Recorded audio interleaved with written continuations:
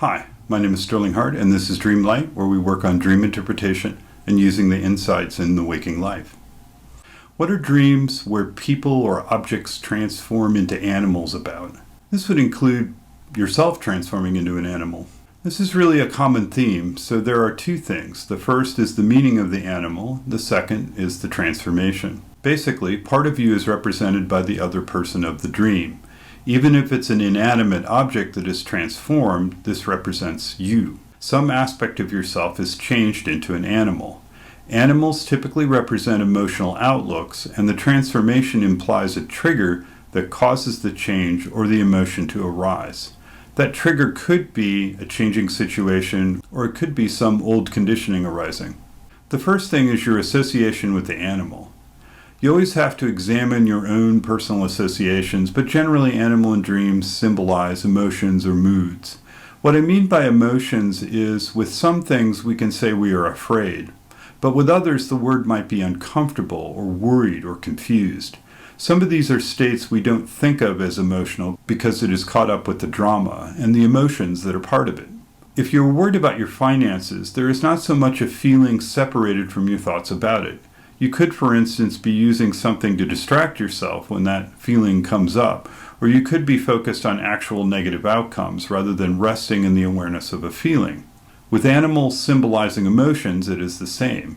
It is not so much the eagle symbolizing freedom, but more about the eagle flying. It is the sense of taking a road trip at the end of the school year, with no place you have to be and nothing you have to do. It is a situation, or you might say it is drama-based.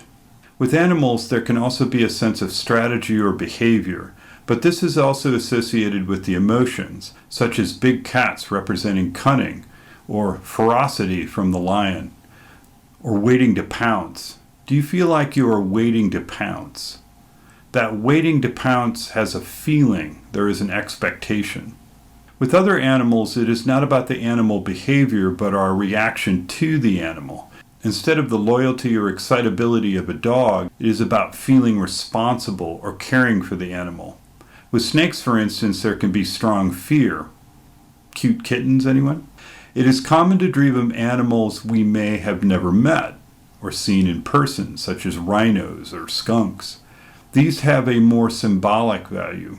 One strategy in dream interpretation is to list all associations with the animals, common sayings, characterizations in media. This works well, but for the most part I would suggest looking for the character-driven aspect rather than the more abstract symbols.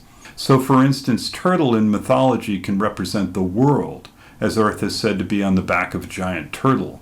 Now this could be a strong personal association and certainly play a part in a dream. Anything is possible, but more likely it has to do with the physical actions, such as pulling inside the shell when threatened, or a memory of your friend that got bit by the snapping turtle, or even your little sister's toy stuffed turtle that wears a hat. So with the animals you may have never experienced, you have to find your way. For instance, in cartoons many animals are represented.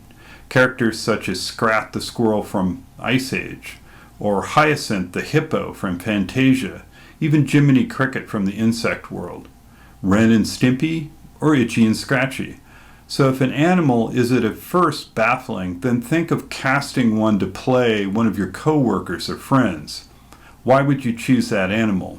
Notice with Hyacinth the hippo, the physical size and momentum of the hippo is being played off as a ballerina.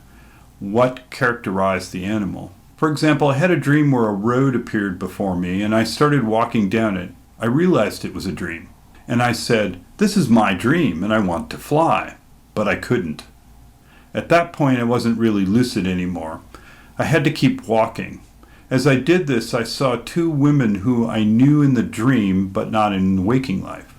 They were watching me from the side of the road, and they turned into cats and scurried across.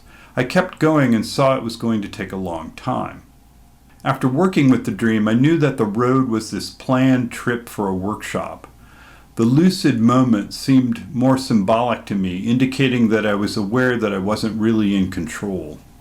There were some discussions with the organizer and we disagreed. They had a different agenda. I pointed out problems with the plan that they had, so part of me was excited and part of me had some trepidation. We were going in different directions. The cat to me seemed to me to be fleeing, trying to get off the road and escape. The organizers didn't want to talk to me about the problems, they wanted to change the subject. When I think of animals running across the road, I am fearful of hitting them with the car. When I think of cats, I tend to think of a cat that I lived with who would ignore me unless it needed something. It came to me one time when it got tangled in something and couldn't get it off, but it knew the human could help. In the end, it seemed like the organizer was trying to avoid some things that I pointed out. That it was two women seemed right because the main organizer had a helper, and so there were two women. I felt like I was responsible for a good workshop and wanted to help, but they were running away, crossing my path, but not engaging me. So I thought about this and realized that my goals were larger and I had a longer path to reach them. It was a focus that was really larger than one workshop. They had their own goals. I think of cats as coming to me when they want something, and this is what the situation felt like. They wanted something from me, and I could deliver something, but not really what they needed, not in terms of what I needed. So in the end, I didn't go to the workshop. The dream was helpful because before I was really blinded by my excitement, and as I ended up not participating, it turned out to be the right call. A woman brought one to Dream Group where they were going to an old witch's house. She saw through the window. She knocked on the door and was afraid when the witch opened it and beckoned her inside. The witch then turned to her and said, "I have to go to bed," and immediately transformed into a human-sized raccoon and lumbered off into the next room. When we worked through the dream, there were several things that came up. The woman associated the raccoon with washing their food, and recently her roommate chased a raccoon out of their bedroom in the apartment complex that they shared. The witch she associated with repeated dreams as a child where a witch was coming and trying to kill her. In those dreams, she would often tell the witch to wait, and then she would go around the corner or go into another room and say, "This is a dream, I'm going to wake up now," and she would.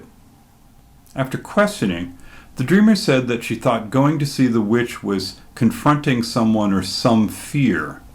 She knew where the fear lived, so the fear then had to go to sleep or be given a rest, and the fear changed into the raccoon. She thought of raccoons as being clever and bold scavengers. They had invaded the local housing area and would go through the trash. They had also figured out how to push the door open and come into the common area of the apartment.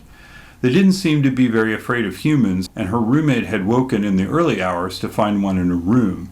She had chased it away by throwing a hoodie at it. It had gone down the hall, looked back at her to see if she was following. The woman wasn't afraid of raccoons particularly, but she did associate a fear with her roommate. Her roommate had grown up in a family of missionaries and had lived in Africa. Her father had died there of some medical complications related to malaria, and she felt guilty about some aspect of his death. She had strong beliefs. The dreamer liked her roommate, but not her religious views. The dreamer worked in an office that helped Hispanic men get information about AIDS. She was always afraid they would be attacked by religious groups. Everything they did was supposed to be confidential, but they had been told stories of people using trickery to steal information. This was in the days before the internet. She thought that the witch was fear and that she was spending too much time worrying and needed to put the fear to bed and trust her ability to see what was going on and possibly chase off anybody trying to sneak in. She felt inhibited talking about work because she didn't want to inadvertently say something inappropriate, and the men themselves were often closeted gay men who were afraid to talk or get help. Her worst nightmare was that some religious person would betray their trust and out them. She thought maybe the waddling off of the raccoon signified the discomfort. In this we see that there is a person, in this case the witch, as fear, the animal, which in this case is a strategy of the fear, and the third part is that inward dilemma. The raccoon also referred to an actual person via a memory of something that happened to someone close to the dreamer and who in turn represented a group. The symbols unfolded one out of the other, starting with a looking inwards at the self, the house with the window. Transforming into an animal has to do with something that triggers a reaction or change. But in this dream, the transformation signals using an old strategy of childhood dreams and rooting out a fear. Sometimes transformation points to something that brings out your animal nature, but it can also represent a quality. This can be old conditioning appearing or some pattern of acting and behaving. A friend told me of a dream of going into his attic. It looked nothing like his actual one. In it he found an old lamppost, like you might find outside in your garden. It was lying on the floor. In the dream he stood it up and it transformed into a small bird and flew away. Then he started looking at old boxes, and when he moved one, there was a nest with broken eggshells and an egg that smelled rotten. He had an actual smell in the dream. Upon questioning, the dreamer said that his attic was filled with old work stuff from a previous business he had owned. Most of it was old papers, but in the dream it reminded him of a cabin he and his wife had rented for vacation. It had an old furniture and it looked like something out of a movie. The lamppost reminded him of his grandparents.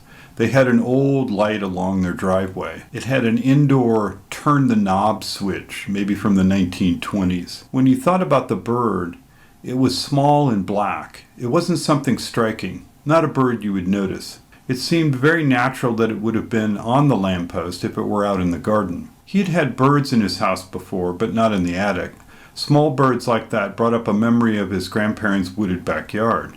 He remembered as a kid imagining being a bird and flying through the branches of trees. The dexterity and the sudden changes of direction struck him. The nest reminded him of something he found as a kid. It had been crushed by branches when a tree was blown over in the wind. The smell reminded him of something he found rotting behind his garage recently. The smell had stuck with him for a couple of days. When he thought about his grandparents, the thing that came up was that he had organized his other family members to help out when they had gotten too old to keep up the house. His brother and sisters had come from out of state to work on the property, cleaning and doing the yard work. The grandparents were still able to live on their own and cook and such, but not really keep up the property.